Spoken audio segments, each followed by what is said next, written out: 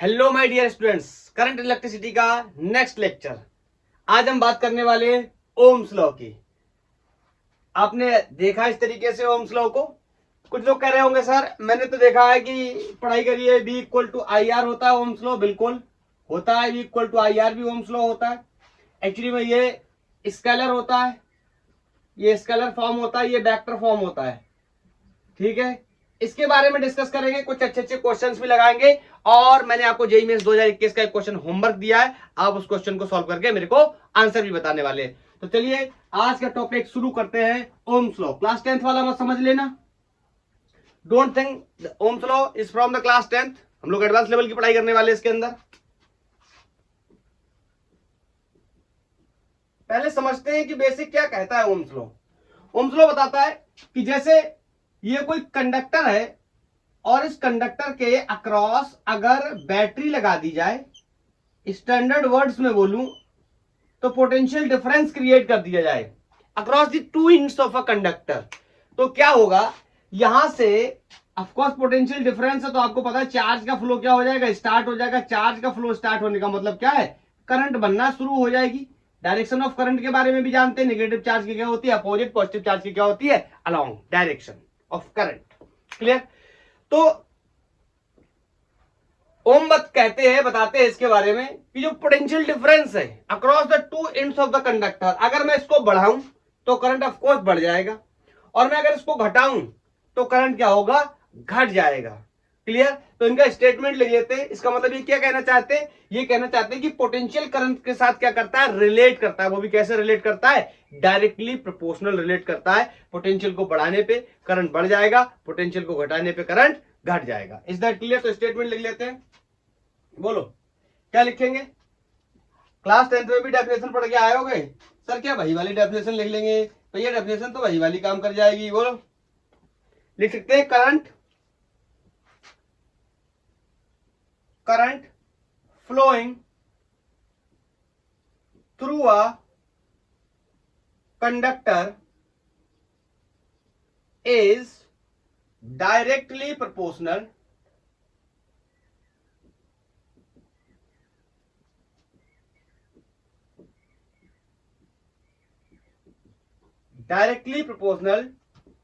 to the potential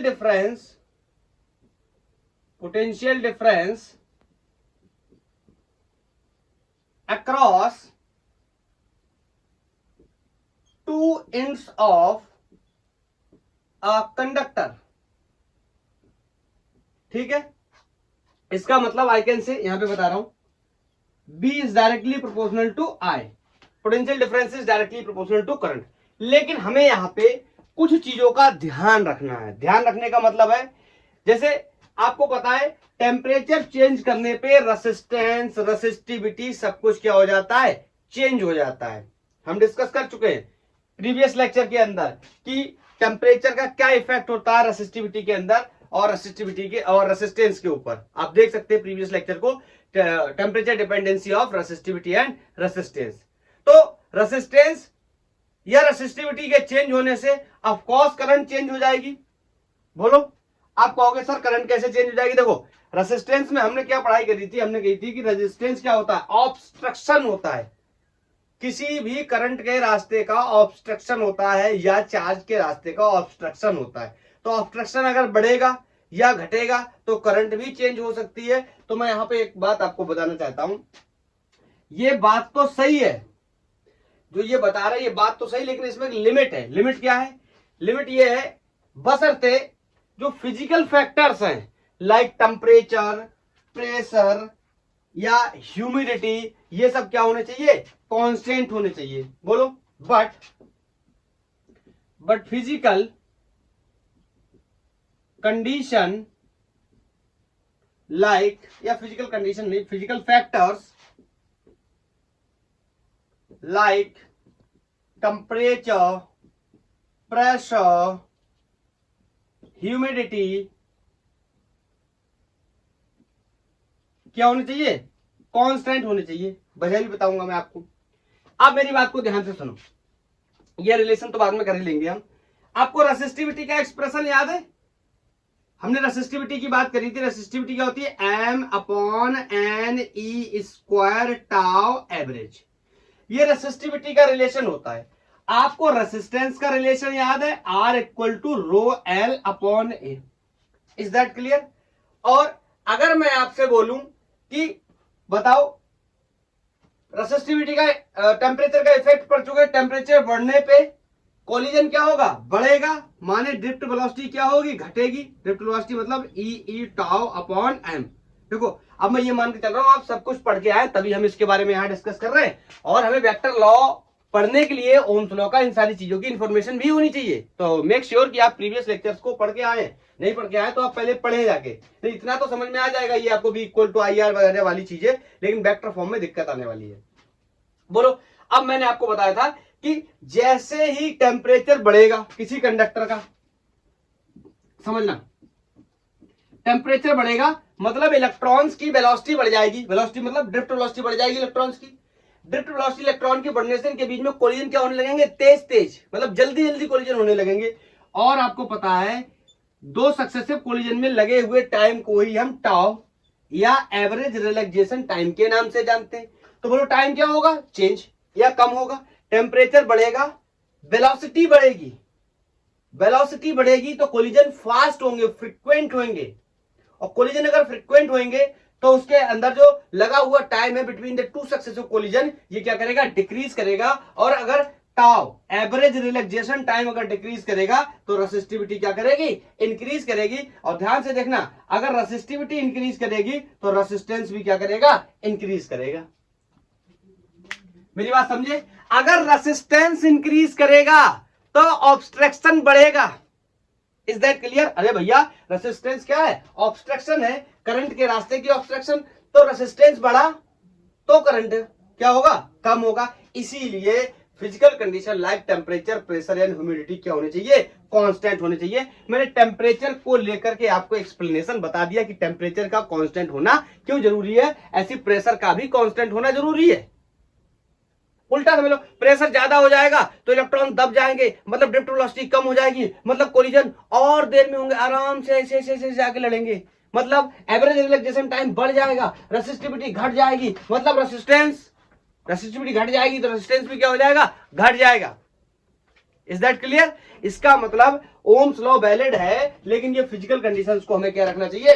constant रखना चाहिए। Otherwise laboratory में अगर हम एक्सपेरिमेंट कर रहे होंगे और जो डेटा हम रीड करेंगे या जो एक्सपेरिमेंट में जो एक्सपेरिमेंटल डेटा आएगा वो वेरी कर जाएगा किसके साथ?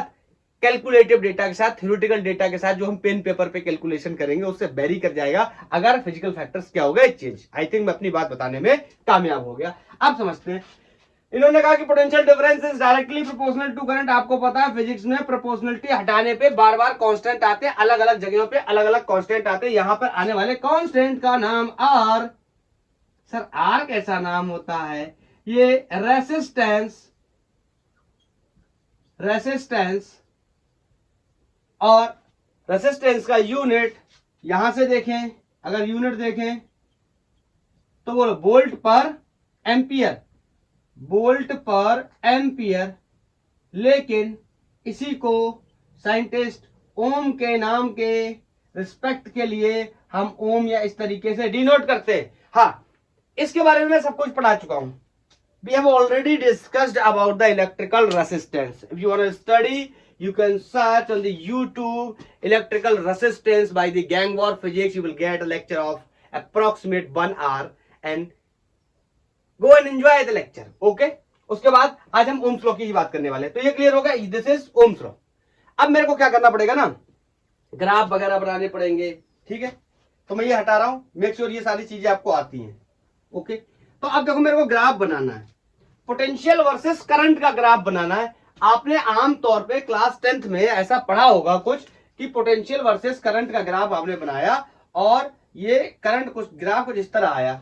मैं इसके बारे में आपको थोड़ी सी एडिशनल इंफॉर्मेशन देना चाहता हूं, ये ग्राफ ऐसा ही क्यों है। ओके, तो ये स्टेटमेंट आपने नोट कर लिया होगा। आई थिंक मैं इसको हटा दूं, क्या जरूरत ज्यादा तो नहीं पड़ेगी, कंडीशन को हटा दे रहा हूं, यहां से मेरा काम हो जाएगा। मेरी बात को ध्यान से समझना। क्या पहले तो ये समझते हैं कि ओम्स लॉ को सब लोग फॉलो करते हैं या सब लोग नहीं फॉलो करते। देखो ओम्स लॉ को फॉलो करने वाले, ओम्स लॉ को फॉलो कौन करेगा? कंडक्टर के क्रॉस करंट बह रही तो कंडक्टर के अंदर ही ओम्स लॉ लगने वाला। अब दो श्रेणी होती है कंडक्टर्स की इस ओम्स लॉ के बिहाफ पे। ऐसे कंडक्टर जो ओम्स लॉ को फॉलो करते हैं आर कॉल्ड ओमिक कंडक्टर, और जो ओम्स लॉ को फॉलो नहीं करते हैं are called non ohmic conductor. मतलब कंडक्टर भी दो प्रकार के होंगे, या इससे बेहतर हम ऐसे बोले कि सारे कंडक्टर ओम्स लॉ को फॉलो नहीं करते हैं। एक पर्टिकुलर कैटेगरी होती है, पर्टिकुलर सिचुएशन होती है, कंडीशन होती है, वही फॉलो करती है किसको? ओम्स लॉ को। तो इसका मतलब दो प्रकार के कंडक्टर हैं। मैं बोल देता हूं, दी conductors which follows Ohm's law are called ohmic conductor। ohmic conductor बोलो। और ऐसे कंडक्टर जो ओम्स लॉ को फॉलो नहीं करते हैं are called non ohmic conductor.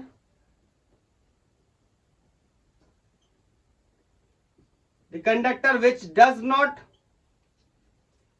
not obey या follow obeys Ohm's law। बोलो, ऐसे कंडक्टर को क्या कहते हैं? Are called non ohmic conductor. ठीक है। हाँ सर, कैसे पहचानेंगे कंडक्टर ओमिक है या कंडक्टर नॉन ओमिक है? बिल्कुल पहचानेंगे। क्लियर है? तो ये बात इतनी आपने नोट कर ली होगी। दो श्रेणी होती है, दो कैटेगरी होती है कंडक्टर्स की, जो फॉलो करते हैं ओम्स लॉ को आर कॉल्ड ओमिक, नहीं करते नॉन ओमिक। ओके, मैं इस बात को हटाता हूं। हाँ, हम लोग अभी पहचानेंगे भी कौन ओमिक है कौन नॉन ओमिक है, या ओमिक क्या ओमिक कंडक्टर ही नॉन ओमिक बन जाता है, ऐसा कुछ होगा तो ये भी डिस्कस कर लेंगे। ठीक है। तो अब मैं क्या करने जा रहा हूं? ग्राफ बनाने जा रहा हूं। ग्राफ फॉर ओमिक कंडक्टर, ध्यान से सुनना। ठीक है। और graph for non ohmic conductor भी बनाएंगे। तो सबसे पहले तो ग्राफ की एनालिसिस को समझ लेते हैं कि जो ग्राफ हम बचपन से पढ़ के आए, हमने याद किया हुआ है कि potential versus current graph passing from origin और स्ट्रेट लाइन होता है, स्लोप कांस्टेंट होता है, जिसका नाम रेसिस्टेंस होता है। ऐसा क्यों, इसको समझते हैं। एक्चुअली में ये Y equal to M x plus minus C को सेटिस्फाइड करता है। मैथमेटिक्स ये डिसाइड करती है कि किसका ग्राफ कैसा होगा। मैं आपको थोड़ा सा याद दिलाना चाहता हूं, प्रीवियस क्लासेस में आपने छोटे पे पढ़ा होगा, x square plus y square equal to one. ऐसी इक्वेशन सर्कल की होती है। बोलो, याद आया?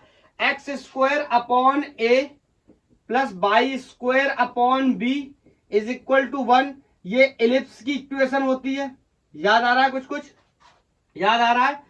By square equal to 4ax या x square equal to 4a y plus minus अगर मैं लगा दूं, ये किसकी? पैराबोला की इक्वेशन होती है।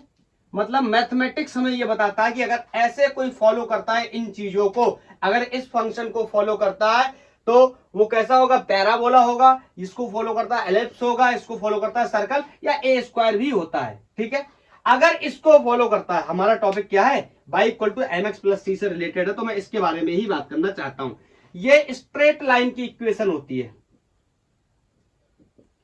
ये स्ट्रेट लाइन की इक्वेशन होती है।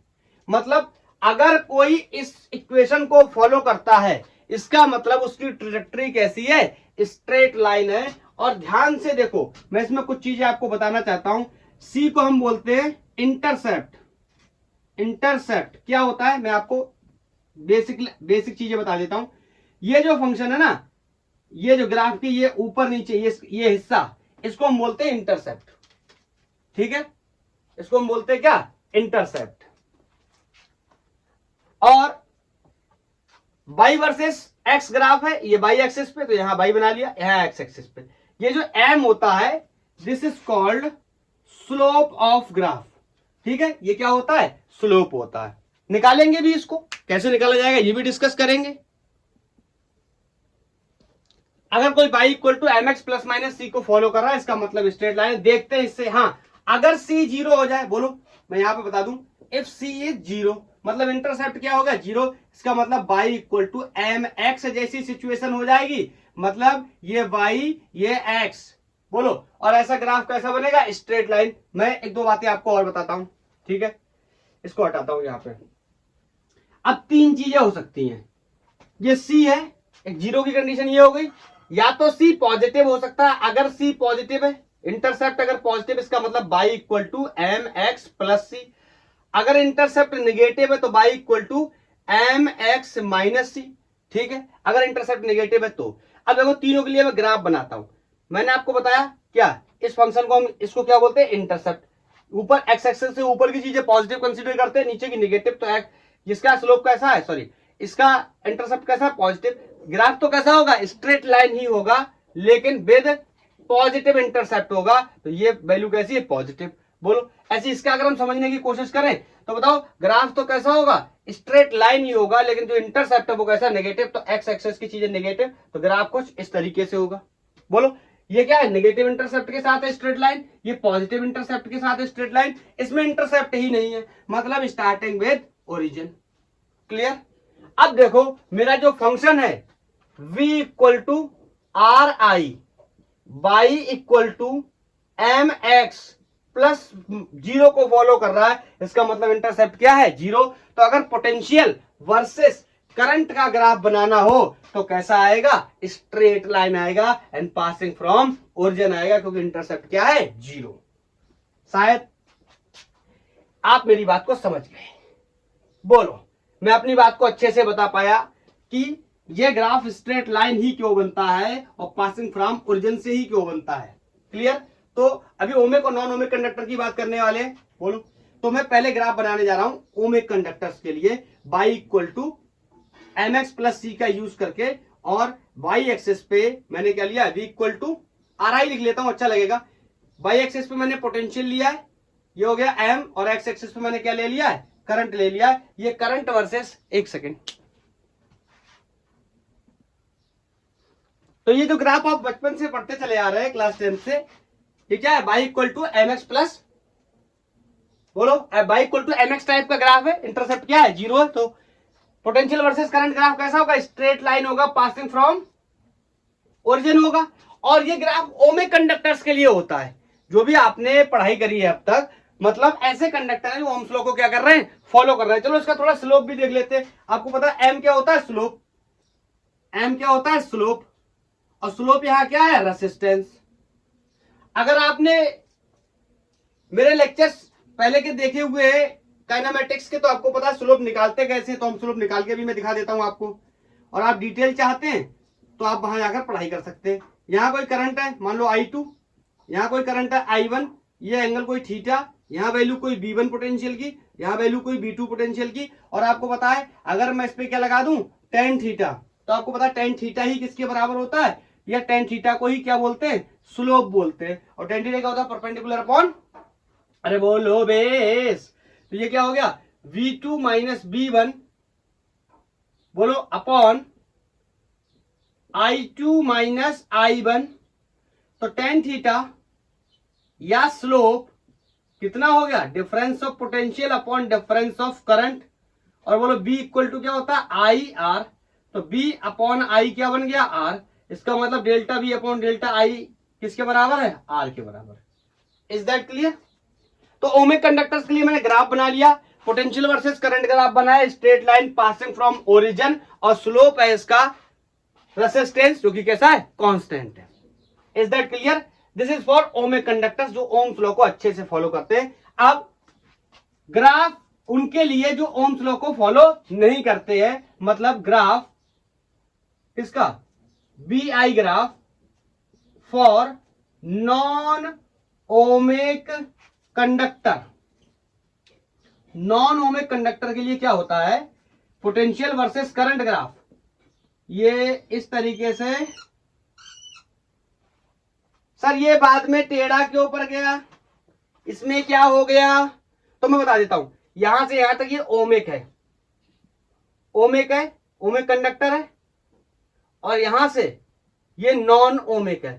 सर ये तो मुझे भी दिख रहा है कुछ अलग है, लेकिन ऐसा क्यों हो रहा है सर, ये तो बता दो। ठीक है, बिल्कुल बता दूंगा। बोलो, इतना तो कंफर्म है ना कि यहां से यहां तक ohmic conductor straight line passing from origin constant slope के साथ जा रहा है। बोलो, कोई दिक्कत तो नहीं है। यहां से क्या कर गया है, टिल्ड कर गया है, या ग्राफ ने अपना नेचर क्या कर लिया है, बदल लिया है। बोलो, तो मैं आपको एक बात बताता हूं। अब मैं ये सब हटाता हूं, मैं आपको ऊपर आपको लिख के बता दूंगा। एक बात बताता हूं, देखो ओमिक और नॉन ओमिक में क्या डिफरेंस होता है। जब किसी रेसिस्टर के अक्रॉस करंट का फ्लो हो रहा होता है तो बताओ उसमें एक फैक्टर इन्वॉल्व होता है जिसे हम हीटिंग इफेक्ट ऑफ करंट के नाम से जानते हैं। क्लास 10th में अपने H = I² RT जैसी चीजों को पढ़ा भी होगा। हीट प्रोड्यूस होती है, मतलब जब समय के साथ साथ जब करंट बढ़ती है या टाइम बढ़ता है तो रेसिस्टेंस क्या होने लगते हैं, हीट अप होने लगते हैं। अगर रेसिस्टेंस हीट अप होने लगते हैं इसका मतलब क्या है, उनका जो नेचर है वो चेंज होने लगता है एक पर्टिकुलर टाइम के बाद, एक पर्टिकुलर टेम्परेचर के बाद। मतलब इस ग्राफ के रिस्पेक्ट में यहां बता रहा हूं, मतलब when very high current passes from same conductor, देखो मार्क कर रहा हूं, सेम यही कंडक्टर है, फ्रॉम सेम कंडक्टर। जब सेम कंडक्टर से पास करती है करंट या बड़ी करंट, बोलो तो क्या होने लगता है, ऑफ कोर्स ये क्या होने लगेंगे, हीटअप होने लगेंगे। बोलो, it gets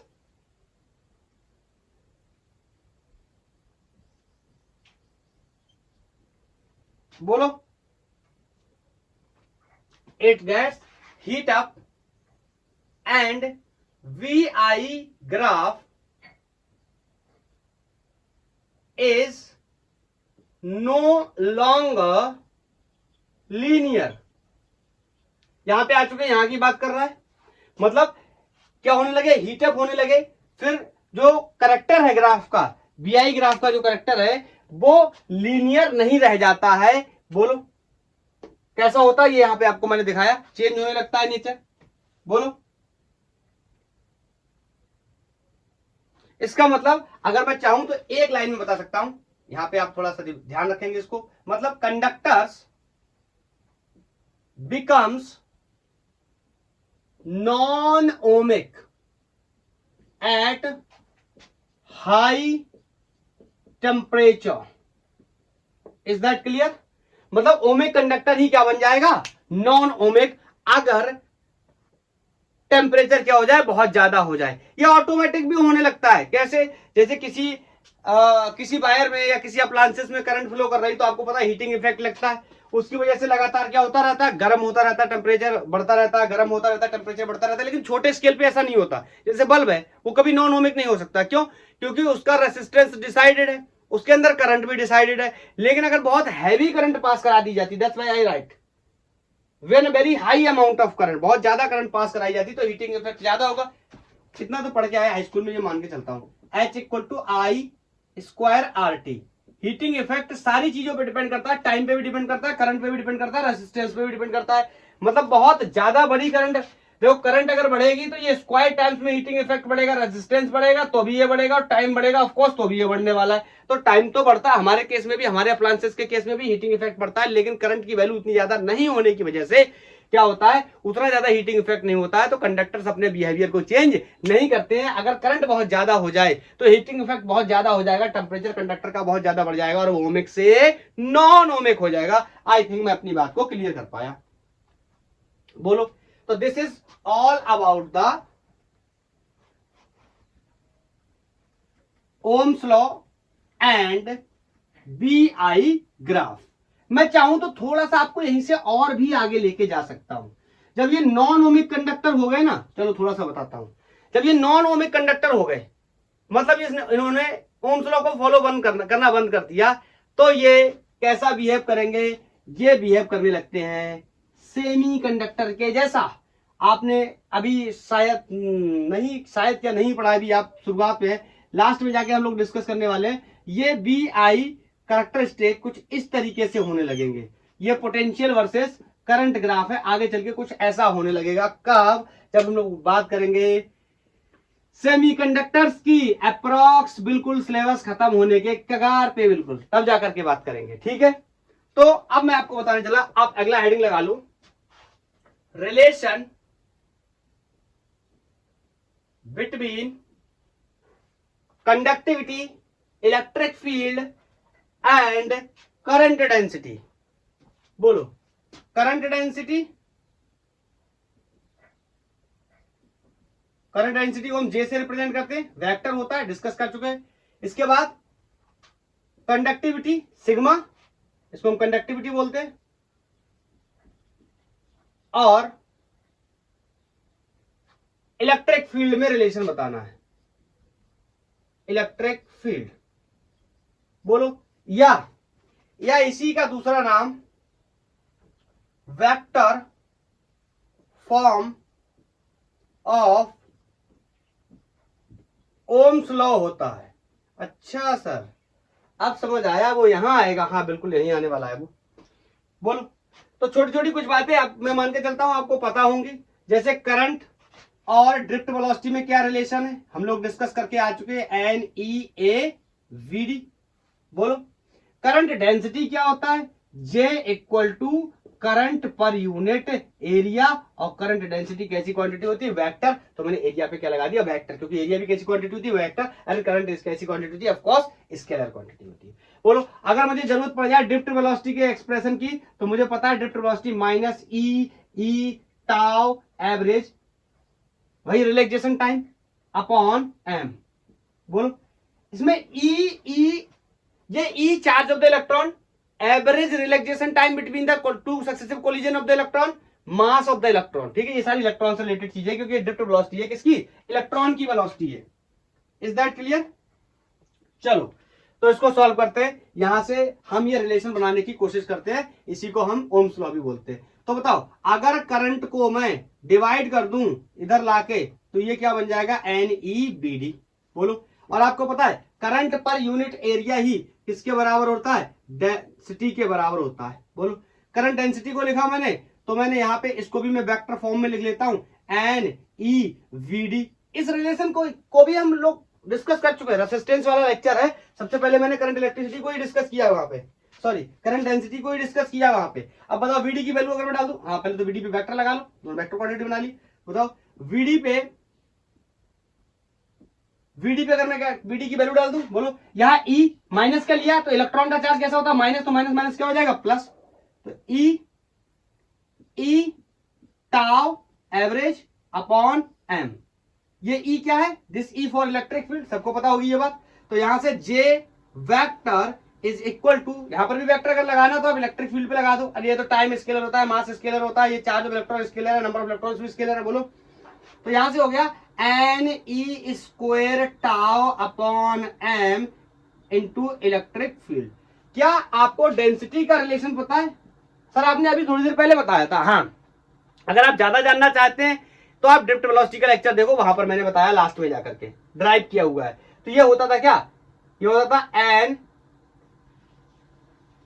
M upon NE square tau, this is, बोलो, रेसिस्टिविटी। और बोलो, कंडक्टिविटी क्या होता है, reciprocal of resistivity is called conductivity. Resistance के लेक्चर में लोग डिस्कस कर चुके हैं। तो बोलो, अगर इस वैल्यू को मैं उल्टा कर दूं तो यही वैल्यू किसकी हो जाएगी, कंडक्टिविटी की, मतलब NE square tau upon m, ये वैल्यू किसकी होगी, कंडक्टिविटी की। ध्यान से देखो, यही लिखा हुआ है NE square tau upon m, इसका मतलब J equal to sigma into E, and this is vector form of Ohm's law।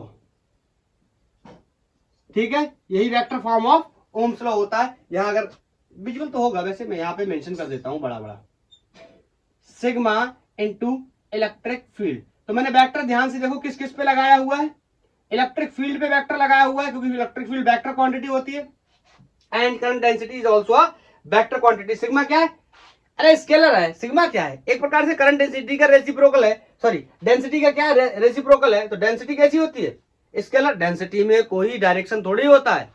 बोलो, सर डायरेक्शन होने के बावजूद भी बहुत सारे लोग स्केलर बन जाते हैं। करंट याद आया, मैंने पहले लेक्चर में एक्सप्लेन किया कि करंट स्केलर क्यों होता है। डायरेक्शन भी होता है, मैग्नीट्यूड भी होता है, फिर भी वेक्टर नहीं बन पाता। क्यों? वेक्टर लॉ ऑफ एडिशन को फॉलो नहीं करता। थर्ड इंपॉर्टेंट पैरामीटर बोलो।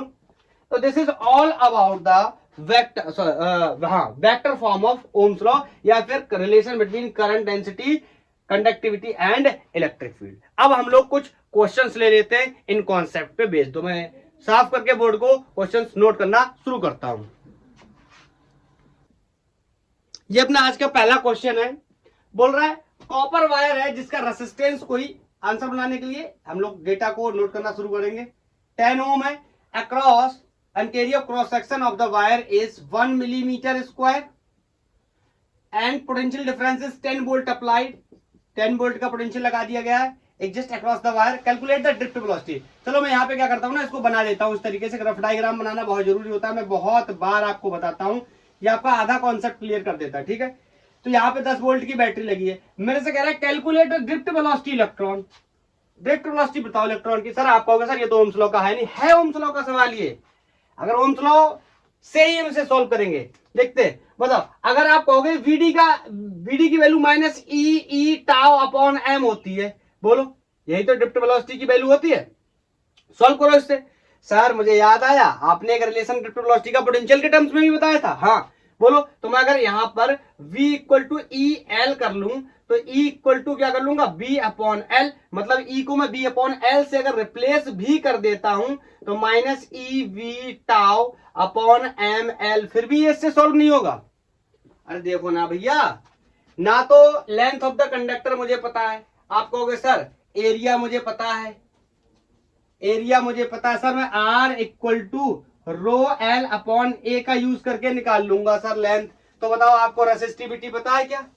क्या आपको रेसिस्टिविटी पता है वायर की? आप कहोगे सर रेसिस्टिविटी नहीं पता है, तो मैं सर रेसिस्टिविटी का एक्सप्रेशन लगा के निकाल लूंगा। मैं आपसे पूछूंगा कौन सा एक्सप्रेशन लगाओगे? आप कहोगे सर अभी अभी हमने थोड़ी देर पहले एक रिलेशन पढ़ा था, that was resistivity was an upon rho was an upon, नहीं ये बार बार गलत क्यों हो रहा है, एन नहीं m upon n e square tau. बोलो, तो मैं कहूंगा मास ऑफ इलेक्ट्रॉन पता है आपको? सर वो तो मुझे पता है 9.9 × 10⁻³ फिर मैं आपसे पूछूंगा क्या आपको एवरेज रिलैक्सेशन टाइम के बारे में पता है? आप कहोगे सर नहीं पता है। तो बताओ ये फिर से सॉल्व नहीं होगा। इसका मतलब मुझे ओम्स लॉ का इस्तेमाल करना चाहिए। बोलो, अगर मैं ओम्स लॉ का इस्तेमाल करूंगा तो ड्रिफ्ट वेलोसिटी को मैं इजीली निकाल पाऊंगा। कैसे समझते हैं? बोलो, अगर मैं आपसे बोलूं कि ओम्स लॉ का वेक्टर फॉर्म लगाओ या ओम्स लॉ की क्या वैल्यू होती है, तो अभी अभी मैं डिस्कस करके आया था, current is equal to n e A v d होता है। बोलो, कहो आप कहोगे सर यस बिल्कुल होता है। सर ड्रिफ्ट वेलोसिटी मुझे बतानी है, ओके सर, लेकिन सर मुझे यहाँ पर करंट की वैल्यू नहीं पता। लेकिन आपको पता है ना ओम्स लॉ की हेल्प से हम v equal to I R लिख सकते हैं, तो I को हम रिप्लेस कर सकते हैं by the help of B अपॉन R। बोलो हाँ सर ये सही है, पोटेंशियल तो लग गया ना ओम्स लॉ, लग गया ना ओम्स लॉ। तो B अपॉन R बोलो equal to n e A v d. क्या ए पता है? पता है। इलेक्ट्रॉन का चार्ज जानते हैं? जानते हैं। एन क्या है? नंबर ऑफ इलेक्ट्रॉन्स, और ये हमें गिवन है नंबर ऑफ इलेक्ट्रॉन्स, मैंने मेंशन नहीं किया है, सॉरी। और इसकी वैल्यू है 8 × 10⁻28 इलेक्ट्रॉन्स होते पर यूनिट वॉल्यूम में या पर मीट्रिक क्यूब में। ठीक है, अब मैं यहाँ पे देख लेता हूँ जो जो वैल्यू मुझे दी है मैं उनको नोट कर लेता हूँ। पहले वीडी का सिंपल एक्सप्रेशन लिख लेता हूँ। तो वीडी का सिंपल एक्सप्रेशन क्या हो जाएगा? ये v upon n e A R. Is that clear? सारी वैल्यूज को पुट करना शुरू करता हूँ, मेरा आंसर बन जाएगा potential is 10 volt applied across the conductor, मुझे पता है। नंबर ऑफ इलेक्ट्रॉन्स मेरे को गिवन है 8 × 10⁻28, क्या लिख दिया मैंने ये, ठीक है, इनटू इलेक्ट्रॉन का चार्ज 1.6 × 10⁻−19। सर मैं तो माइनस रखूंगा, ड्रिफ्ट वेलोसिटी माइनस की नहीं निकालते मेरे बच्चे। बोलो, एरिया दिया है कितना? 1 मिलीमीटर। तो इसको पहले तो मीटर्स में कन्वर्ट कर लो, तो ये हो जाएगा कितना? 10⁻6 मीटर। ये तो कर ही लोगे ना, ये नहीं करोगे क्लास फर्स्ट में भर्ती करवा दूंगा मैं, पहले बता दे रहा हूं। और resistance of conductor is also given that is 10। Sir ये तो आपने करना है, इसकी मारामारी आपने करना है, इसको सॉल्व आपने करना है। मैंने सिर्फ इतना बताना है कि 0.078 मीटर पर सेकंड आएगा। सर ये तो अच्छी बात नहीं है। कोई बात नहीं, कभी कभी कुछ चीजें खराब भी हो जाती हैं। बोलो, मैं नेक्स्ट क्वेश्चन को नोट करता हूं, कैलकुलेशन आप कर ही लेंगे।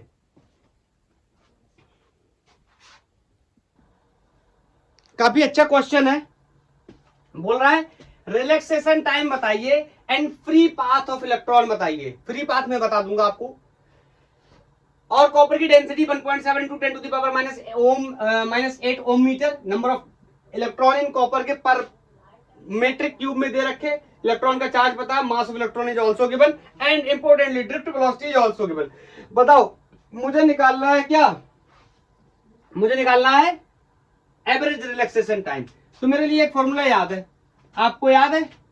ड्रिफ्ट वेलोसिटी का रिलेशन होता था -e tau upon m।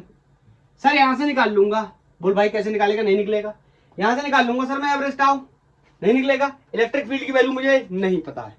Sir मैं पोटेंशियल में कन्वर्ट कर लूंगा, मुझे पोटेंशियल की वैल्यू भी नहीं पता है। बोल भाई, इज दैट क्लियर? हाँ, लेकिन मैं यहां से निकाल सकता हूं। देखो कैसे, मुझे ये पता है कि density equal to m upon n e square tau होता है। यहां से मुझे सब कुछ पता है। देख क्या क्या पता है? Density of copper is also given, mass of the copper electron is also given, number of electron is also given, charge of electron also given, tau मैं यहां से निकाल सकता हूं, तो निकाल लेता हूं टाउ एवरेज।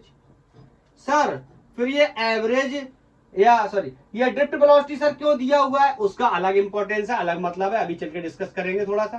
तो टाउ को मैं इधर ले आया, तो m upon n e square and density of copper, सारी वैल्यूज को डाल देता हूं। कैलकुलेशन करना आपका काम है। 9.1 into 10 to the power -31 kg is the mass. सब एसआई में रख रहा हूं तो टाइम किस में आएगा? एसआई में मतलब सेकंड्स में। बोलो, and number of electrons is given, this is 8.5 into 10 to the power 28। Charge of electron minus रखूंगा लेकिन उसका स्क्वायर करूंगा तो प्लस हो जाएगा।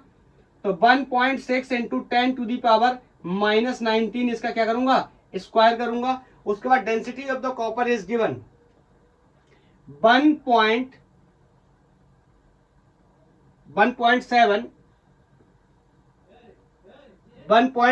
एक सेकंड, इसमें मुझे लगता है थोड़ी सी कमी है, इसमें ओम मीटर नहीं होना चाहिए था। ये एक्चुअली में ये डेंसिटी है, रेसिस्टिविटी नहीं है। तो 1 ठीक है, डेंसिटी का यूनिट आपको पता ही है, लगा लेंगे। ठीक है, अब ये सब कुछ सॉल्व करना है, ये आपका काम है, ये मेरा काम नहीं है। ये सारी कैलकुलेशन को सॉल्व करना है और यहां पर अपना आंसर निकालना है, और आंसर निकल के आएगा 2.4 into 10 to the power -14 second. ठीक है, ये मेरे को पता चल गया कि इतना टाइम लगने वाला है दो इलेक्ट्रॉन्स के सक्सेसिव कोलिजन के बीच में, जिसे ही हम किसके नाम से जानते हैं? एवरेज रिलैक्सेशन टाइम के नाम से जानते हैं। बोलो, इज दैट क्लियर? अब मैं आपको एक बात और बताना चाहता हूं, ध्यान से सुनना मेरी बात को। मीन पाथ क्या होता है? ये इलेक्ट्रॉन था, इलेक्ट्रॉन्स के बीच में क्या हो रहा था? कॉलिजन हो रहा था, सक्सेसिव कॉलिजन हो रहा था। बोलो, तो इलेक्ट्रॉन यहां से यहां तक चल के गया था, ऑफ कोर्स एक्सेलरेटेड मोशन से चल के गया है। पहले लेक्चर ड्रिफ्ट वेलोसिटी के लेक्चर में हम लोग सीख चुके हैं। बोलो, यहां जाके टकराने के बाद वेलोसिटी 0 होगी, तो फिर से फ्रेश स्टार्ट किया था, नो प्रॉब्लम। मेरे को इससे सबसे कोई मतलब नहीं है। मेरे को पता है कि यहां से इलेक्ट्रॉन चल के गया था किसी वेलोसिटी से, that is called drift velocity, और उसने ये कोई रास्ता चला था, इसी को हम लैम्डा बोलते हैं, और इसी लैम्डा को हम मीन फ्री पाथ के नाम से जानते हैं। आप सिर्फ एक क्या है? डिस्टेंस है, एक टाइप की क्या है? डिस्टेंस है। हम चलते हैं तो डिस्टेंस लेते हैं, इलेक्ट्रॉन चल रहा है तो मीन पाथ बोल रहे हैं। Is that clear? Is that clear? और इसको निकालने का तरीका मेरे पास बहुत ही सिंपल है। मैं इसको हटा दूं, ये कैलकुलेशन को थोड़ा सा हटा दूं, यहीं पे निकाल देता हूं। बोलो, सिंपल लगाओ क्या? Speed is just equal to distance upon time. मेरे को निकालना क्या है? डिस्टेंस। तो डिस्टेंस का ही नाम क्या है यहां पे? Mean free path. इसका मतलब मीन फ्री पाथ, जिसे हम लैम्डा के नाम से भी जानते हैं, is equal to speed into time. तो बोलो यहां पर पाए जाने वाली स्पीड को हम ड्रिफ्ट वेलोसिटी कहते हैं। बोलो इलेक्ट्रॉन्स के अंदर जो वेलोसिटी होती है उसे ड्रिफ्ट वेलोसिटी कहते हैं, और टाइम को हम एवरेज रिलैक्सेशन टाइम के नाम से जानते हैं। Answer is very clear, drift velocity is given. अब समझ में आया, अब समझ में आया कि ड्रिफ्ट वेलोसिटी क्यों दे रखी थी। सर मैं तो पागल बन के ड्रिफ्ट वेलोसिटी से एवरेज रिलैक्सेशन टाइम निकालने गया था, नहीं निकला था ना, लेकिन क्यों दे रखी है अब इसका सिग्निफिकेंस शायद आपको समझ आ गया होगा। टाउ की value average relaxation time is 2.4 into 10 to the power minus 14 second. बोलो तो यहां से वैल्यू निकालेंगे, कैलकुलेट करेंगे, तो ये 4 into 10 to the power minus 18 metre के आसपास आ जाएगा। 4 into 10 to the power minus 18 metre, इतना मीन प्री पाथ होगा, इलेक्ट्रॉन ने इतना रास्ता चला होगा इतने से टाइम में इतनी वेलोसिटी के साथ। अरे ये सब कुछ बहुत छोटा है, ये माइनस पावर है, मतलब चलो कहां रहा इलेक्ट्रॉन। ड्रिफ्ट वेलोसिटी का मतलब क्या होता है? अरे घसीटना बोलते ड्रिफ्ट को, करते ना, जाऊंगा पहाड़ पे ड्रिफ्टिंग करूंगा, ड्रिफ्टिंग बोलो तो बहुत धीरे चल रहे हैं और टाइम भी बहुत छोटा है, 10 टू द पावर माइनस 14। समझ रहे हो किस ऑर्डर का टाइम है? बोलो इज दैट क्लियर? बोलो नेक्स्ट, हटा के नेक्स्ट क्वेश्चन को नोट कर देता हूं।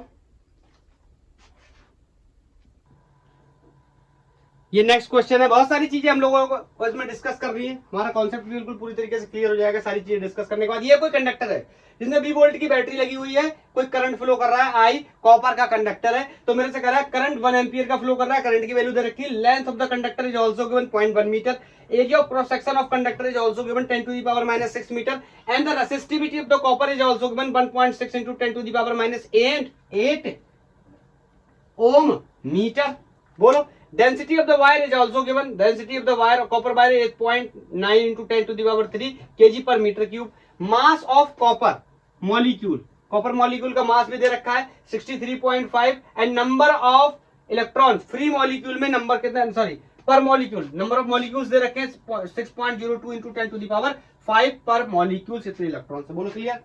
अब मेरे से ये चार बातें पूछ गई, कह रहा पोटेंशियल डिफरेंस बता दो, करंट डेंसिटी बता दो, फ्री इलेक्ट्रॉन डेंसिटी बता दो और ड्रिफ्ट वेलोसिटी बता दो। तो बताओ सबसे पहला क्वेश्चन है पोटेंशियल बताओ, तो V equal to I R का यूज कर लूं क्या? कोई दिक्कत तो होनी नहीं चाहिए। करंट तो मेरे को पता है 1 एम्पियर। सर रेसिस्टेंस नहीं दिया है, रेसिस्टेंस को बताओ मैं R equal to rho L upon A लिख सकता हूं कि नहीं? तो पोटेंशियल यहां से 1, रो की वैल्यू ये देखो दे रखी क्वेश्चन में, रेसिस्टिविटी। बोलो इज दैट क्लियर? तो रख दूंगा उसकी वैल्यू। बोलो this is 1.7 into 10 to the power minus 8। बोलो लंबाई कंडक्टर की 0.1 है, ये देखो, और section area of cross section is 10 to the power minus 6 metre. तो यहां से जो पोटेंशियल का डिफरेंस है वो निकल करके आ जाएगा, और इसकी वैल्यू को आप कैलकुलेट कर लेना, that will be 1.7 into 10 to the power 3 volt. Is that clear? बोलो पहला पार्ट सॉल्व। आप दूसरे पार्ट की बारी है, इसको हटा देता हूं, कैलकुलेशन तो आप कर लेना। करंट डेंसिटी, बोलो करंट डेंसिटी क्या होता है? Current per unit area. Current मेरे को पता है 1 एम्पियर का, एरिया ये रहा 1 into 10 to the power minus 6, ऊपर जाके प्लस हो जाएगा, ये आसान है तो मैं कर देता हूं, यही तो सोच रहे होगे ना ampere metre square unit current density का। बोलो 1 into 10 to the power minus 6 हो गया। Is that clear?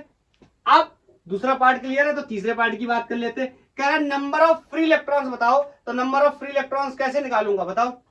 अरे कितनी डेंसिटी में मौजूद हैं, बोलो कितनी डेंसिटी में मौजूद हैं, टोटल नंबर ऑफ मॉलिक्यूल को उस मेटल के मास से क्या कर दो, डिवाइड कर दो, जो भी मेटल है। तो बोलो एन इक्वल टू डी की वैल्यू मुझे दी है, density is 8.9 into 10 to the power 3, molecules given 6.02 into 10 to the power 25, 6.02 into 10 to the power 25, and mass of the copper is also given 63.5। यहां से सॉल्व करके आंसर निकाल लेंगे, और आंसर आ जाएगा 8.4 into 10 to the power 28 electrons. 28 electrons, इतने electrons होंगे। आप चाहो तो ये भी बता सकते हो इतने इलेक्ट्रॉन्स होंगे पर मीटर क्यूब में या पर metric volume of the conductor. Is that clear? दूसरा पार्ट हो गया, दूसरा पार्ट हो गया। नेक्स्ट बताओ तीसरा पार्ट क्या है, तीसरा की चौथा, चौथा पार्ट क्या है, कह रहा है ड्रिफ्ट वेलोसिटी बताओ। तो ड्रिफ्ट वेलोसिटी का रिलेशन याद है, v d equal to minus e tau upon m. Sir ना टाउ पता है, ना इलेक्ट्रिक फील्ड पता है, ना हाँ मास ऑफ इलेक्ट्रॉन तो जानते हैं सर, तो मुझे लगता नहीं इससे तो सॉल्व नहीं हो पाएगा सर। ओके, दूसरा रिलेशन याद है, करंट डेंसिटी सॉरी करंट और ड्रिफ्ट वेलोसिटी में relation I equal to n e A v d. बताओ इसमें क्या क्या पता है क्या नहीं पता है, वीडी बताना है। क्या हम करंट जानते हैं? Yes. Number of electron? Yes. Charge of electron? Yes. Area of cross section? Yes. इसका मतलब यहां से कैलकुलेट कर लेंगे, VD is will be equal to I upon n e A, सारी वैल्यूज को डाल देंगे। Current given in the conductor is 1 ampere. मैं यूनिट्स को नहीं रख रहा हूं, सब एसआई में रख रहा हूं, आंसर भी एसआई में आएगा, वेलोसिटी का आंसर मीटर पर सेकंड में आएगा। क्लियर है?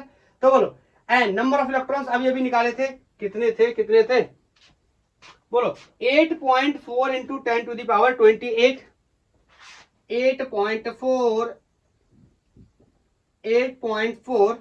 इंटू 10 टू द पावर 28, इतने इलेक्ट्रॉन्स थे।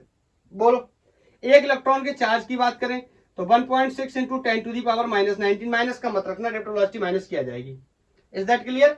Area of cross section of conductor is also given, this is 10 to the power minus 6 metre per second. बोलो अब ये सब कैलकुलेशन है, इन सब कैलकुलेशंस को सॉल्व करने के बाद मेरे को यहां से पता चलेगा कि ड्रिफ्ट वेलोसिटी की जो वैल्यू है एक्चुअली में वो 7.4 into 10 to the power minus 5, सब यूनिट एसआई में लिए थे तो आंसर भी एसआई में आने वाला है, मीटर पर सेकेंड आने वाली है। Is that clear? Is that clear? तो ये चारों चीजें हमसे पूछी गई थी, एक एक करके हमने चारों चीजों को डिस्कस कर लिया। सर अब मेरा concept Ohm's law, drift velocity, relation of current and drift velocity and current density and drift velocity, resistivity, resistance, सब कुछ क्लियर हो चुका है। चाहे आप ओम्स लॉ के वेक्टर फॉर्म की ही क्यों ना बात कर लो, सब कुछ क्लियर है। अगर आपका सब कुछ क्लियर है, आपने सब कुछ बहुत अच्छे से पढ़ लिया है, तो चलिए मैं आपके लिए एक होमवर्क क्वेश्चन छोड़ करके जाता हूं और इसका आंसर आप मेरे को बताएंगे, 100% बताएंगे, कोई भी मक्कारी नहीं। ओके, तो मैं बोर्ड को साफ करके क्वेश्चन को नोट कर देता हूं। And this is the question was asked in JEE Mains 2021, and the question is there are the two conductor, one of them is copper and another is made up of aluminium, are connected in parallel as shown in the figure. Find the resistance of the combination. मेरे को बताना है इस equivalent resistance इसका कितना होगा। देखो parallel में जुड़े हैं, इसके बाद मेरे को जानकारी दे रखी है length of the conductor, length of the copper conductor is 25 centimetre, area of the copper conductor is 3 millimetre square, और इसके साथ साथ density of resistivity of the copper conductor is 1.7 into 10 to the power minus 8 ohm metre, and the resistivity of aluminium is 2.6 into 10 to the power minus 8 ohm metre. Resistance parallel में जुड़े हैं, class 10th हम लोग सब पढ़ के आए, इतना मैं मान के चलता हूं बेसिक सबको पता होगा कि आर इक्विवेलेंट पैरेलल में कैसे निकालते हैं, R1 प्लस R2 करके निकालते हैं। Is that clear? हाँ, और R की वैल्यू कितनी होती? Simply rho L upon A होती। सर ये रेसिस्टेंस का क्वेश्चन है, यस।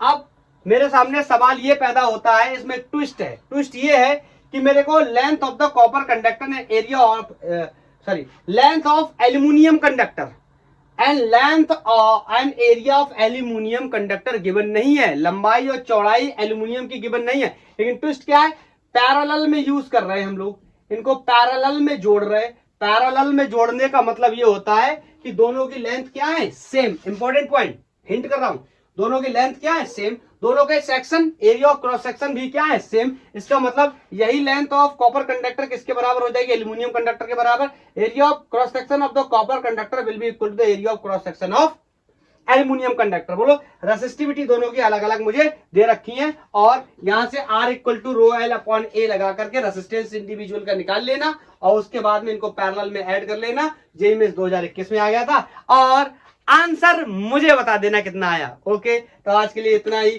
थैंक यू, धन्यवाद, पढ़ाई करते रहिए।